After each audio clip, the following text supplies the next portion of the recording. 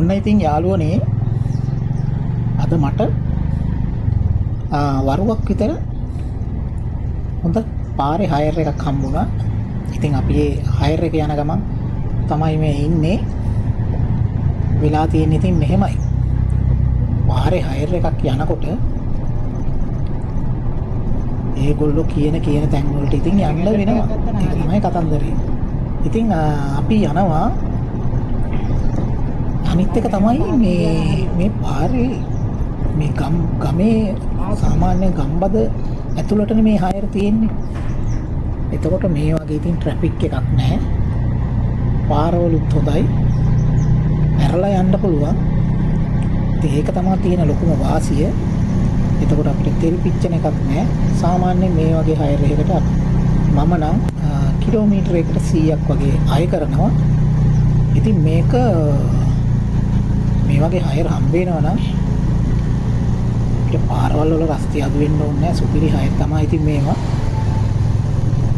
අපි ගිහිල්ලා බලමුකෝ මේක කීයක් විතර හයර් එක ගන්න පුළුවන් හයර් එකක්ද කියලා.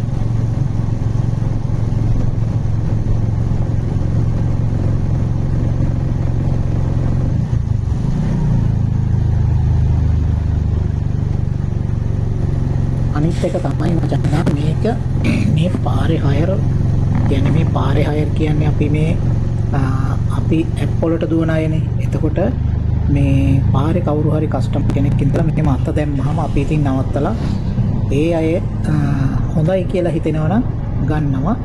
ඉතින් හැම කෙනාම මේ අත දාන පළියට අපි නවත්තලා මේ සුම්ම ගන්නෙ නැහැ. මොකද දැන් ඇවිල්ලා හරියට ওই වගේ අත දාලා අරන් ගිහිල්ලා රොබරි දෙන අය ඉන්නවා. ඒ නිසා හරි පරිස්සමෙන් හොඳයි කියලා හිත කෙනෙක් ඉන්නවා නම් ටක් ගාලා ගත්තා. ඉතින් අරගෙන යනවා. ගොඩක් දුරට මම සාමාන්‍යයෙන් ওই වයසක අය ඒ වගේම ඔය කපල්ස් වගේ ඉන්නවා නම් අරන් යනවා. සාමාන්‍යයෙන් ওই ගෙවල් වලින් සමහර වෙලාවට කෝල් එකක් දුන්නාම එතකොට අපිට විශ්වාසයක් තියෙනවනේ ඒගොල්ලෝගේ ගෙදර ඉඳලා යන නිසා ගොඩක් දුරට ගන්නවා ඒ වගේ හයර් ඉතින්. ඉතින් මේ වගේ හයර් වල ඉතින් ලොකු ලාභයක් තියෙනවා. ඇත්තටම මේ කොච්චර වට ගැහුවත් ඉතින් අර රෝදේ කැරකෙන විදිහට තමයි ගාන වැටෙන්නේ. ඒ නිසා කිසි බයක් කරක් නැහැ. ඉතින් මේ වගේ හොඳට පාරවලුත් තියෙනවා. යන්න පුළුවන්.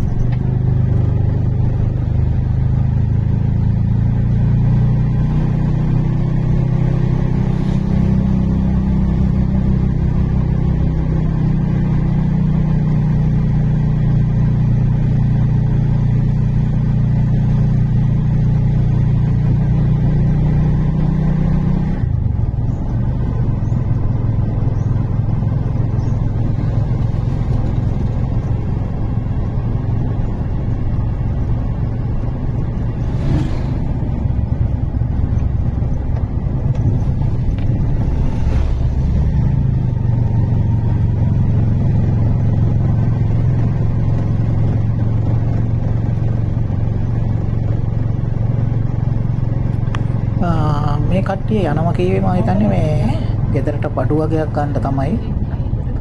එහෙම තමයි ඉතින් ගොඩක් අය කියලා යන්නේ මං ගෙදරට බඩු ගන්න යනවා කියලා. ඒ වුණාට ඉතින් එළියට බැස්සාම කොහේ යනවද කියලා හිතා ගන්න බෑ. මේගොල්ලෝ ආවා මෙන්න මේ කඩේට. ඔව් මෙතන කඩයක් තියෙනවා. ඒ බඩු කඩයක් එතෙන්ට යනවා. ඒ යනකම් හරින් බලාගෙන යන්න. එතනින් බඩු ගත්තා. ඊළඟට කොහෙද යන්නේ කියලා අපි බලාගමු. කොහේ තව යන්න කියලා හිතන්නේ. අපි ගිහිල්ලා බලමුකෝ.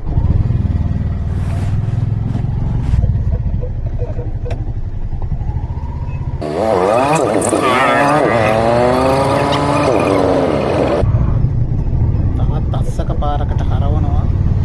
කොහෙද යන්නේ දන්නේ නැහැ. යම් කියලා කිව්වා යනවා.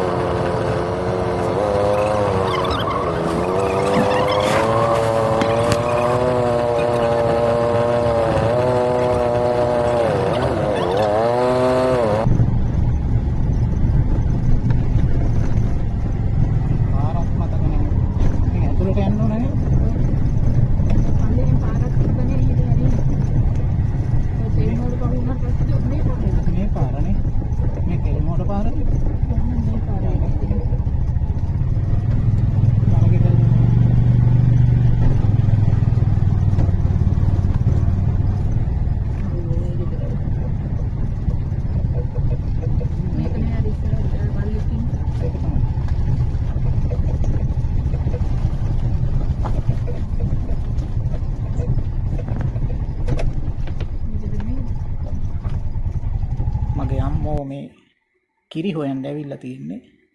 මුදෝපු මේ කිරි ඒ තියෙන ගයක් මා හිතන්නේ එතෙන්ට තමයි ඇවිල්ලා තියෙන්නේ. කිරි නෑලු. දැන් ඉතින් ආපහු තව කොයි හරි යන්න වෙයි.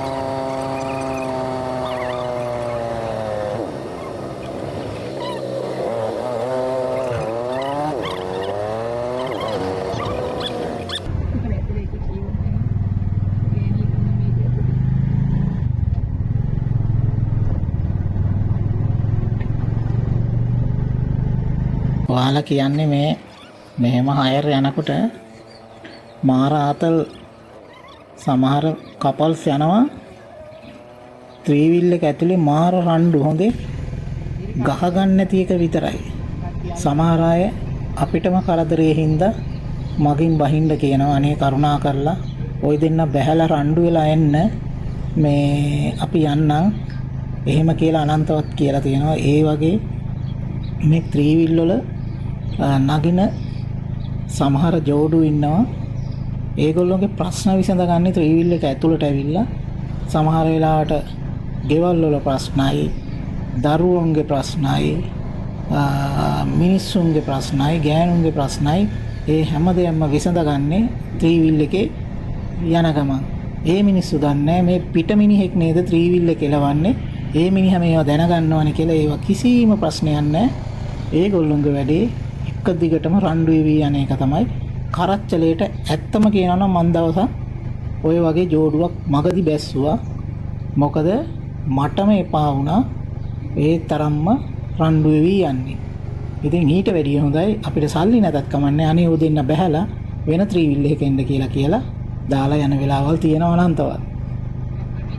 ඔන්න තව කඩේකට තමයි මේ යන්නේ. අපි මේ එතනින් මේ හයර් එක ඉවර කරනවා. ඒ කියන්නේ මම වීඩියෝ එක නවත්තනවා. මොකද මේ හයර් එක ආපහු ඒගොල්ලෝ ගෙදරට ගෙනල්ලා දාන්න ඕන. මේකේ ගාණ 1650ක් වුණා. ඔයාලට මම ඒක පෙන්වන්න දෙන්නේ මොකද කිලෝමීටර් 16ක් යන්නයි මීටරයට වැටිලා තියෙනවා.